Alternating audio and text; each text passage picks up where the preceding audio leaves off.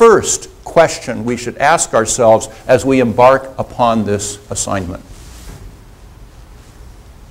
What's our goal? What's our goal? Not a bad idea. I mean, if we're going to go from here to there, where's there? That's really important. That's not it. No, what's the... Yes? What's a drug? You've read my book. What's a drug? Fair enough. Okay. What is a drug? Aspirin. Is that a drug? Yes. Yes. Is that what we're talking about? No. Antibiotics. Penicillin. Is that a drug? Yes. Is that what we're talking about? No. What are we talking about?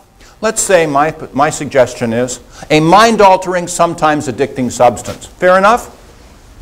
What is a mind-altering, sometimes addicting substances? Hands. Just throw these at me. Yes? Caffeine.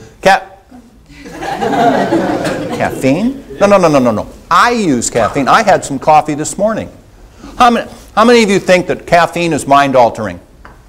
Oh, all right then. How many of you think that caffeine is sometimes addicting? Absolutely. Is it part of our nation's drug policy? No.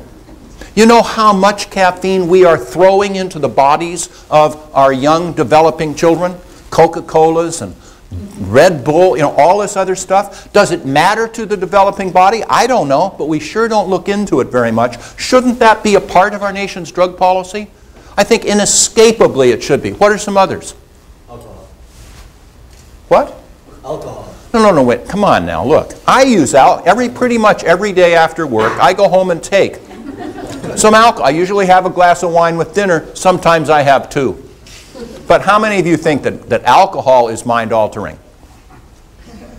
How many of you think it's sometimes addicting? Of course it is. Should that be a part of our nation's drug policy? Is it? I can't say it is.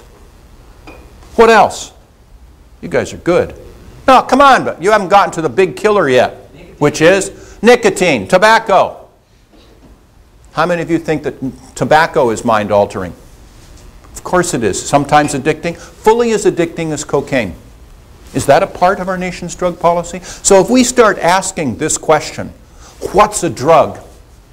We will be light years ahead of the government of the United States of America, which has still not asked that question. And then, of course, you get into the others, the methamphetamines, cocaines, marijuana, and all the rest of that, which certainly is and should be a part of our nation's drug policy. So what do you do? What do you do? Tobacco kills between 400 and 450,000 people in the United States of America every year. They die mostly from lung cancer or from strokes, the rest of that, because they themselves smoke cigarettes. Far and away outdistancing by fivefold all other deaths from all other drugs combined, or maybe tenfold. So how many, if our government's supposed to care about our safety, right? Our health, right? So how many of you think that tobacco should be illegal in the United States of America? Huh? Yeah, there we go. One. Anyone else? Two. Three. So you want to make my mother an addict. You want to make her a criminal. Is that right? Yeah. You want to bring Al Capone into the cigarette distribution business, right? He'd love it. That's what we would do. But we've made real progress. You've seen it. Made real progress in our country with regard to reducing cigarette smoking. By the way, of course, you can't smoke cigarettes in this room. In fact, I saw you have now signs saying, you know, cigarettes and just around the building, no smoking within 25 feet of the doorway and all the rest of that. Because it is not illegal, we have made substantial progress. When I was in school, I was at UCLA in a fraternity, I would estimate 60%, 70% of the guys in my fraternity smoked cigarettes. I would venture to say that that's quite a bit lower today. Yes? I have a question about this, which is, it seems as though the causal connection, there's no causation there between legalization and decreased use of nicotine, right? That's right. The decreases happened when education. we started, pressuring and mores, social values. Yeah, and I'm curious about. I feel like also simultaneously, tobacco companies are moving internationally. Yes. Right. So as we decrease consumption in the U.S., they move to areas where they're unregulated. Big time. So in your view, is it it's the regulation rather than legalization that is sort of the direction to be moving in? Yes.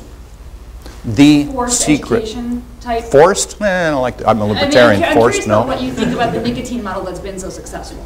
Education. A risk-benefit analysis. It leads me to one of these secrets. Shouldn't be a secret, but it is. My entire message today is responsive to this comment, and it's on the board right there. That's the answer. That's the answer. Everybody wants the answer. That's it. Thank you. It's been nice to be with you, and I'm going to go. Well, not quite. Prohibition never works as well as regulation and control. Prohibition never works as well as regulation and control. Why? Because as soon as you prohibit something, anything, you give up all of your ability to have anything whatsoever to say about it. And in this case, with regard to marijuana or any of these other illicit drugs, you give up, you abandoned all of your ability to have anything to say about quality control, place of sale, quantity, age restrictions. Give up all advertising. Give up all of your ability to have anything whatsoever to say about that. You abandon that to the illegal drug dealers. So it's easier today for our people under the age of 21 to get marijuana if they want to, that's the key, than it is alcohol. You're closer to under 21 than I am. Put yourself back. You're now all 20 years old. What was harder for you to get? How many of you agree with me that it was easier for you back then, if you wanted to get marijuana than alcohol? Why? Because the alcohol is regulated and controlled by the government, and the illegal drugs, be it marijuana or anything else, is controlled by the illegal drug dealers, and they don't ask for ID, do they? What's your name, please? Dustin. Dustin? Yes. Dustin, you buy marijuana. In fact, you've bought it from me for a long time. So you've got your $20 bill in your hand, and I've got this little baggie of $20 in my hand, and I'm just about to hand it to you and say, oh, wait a minute, may I see your ID? I mean, it just doesn't happen.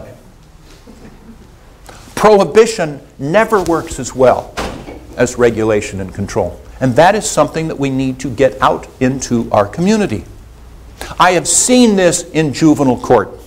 And I'm going to come back to that for a minute. But in any program you, I, or anybody else could put in, there are always some winners and some losers, right?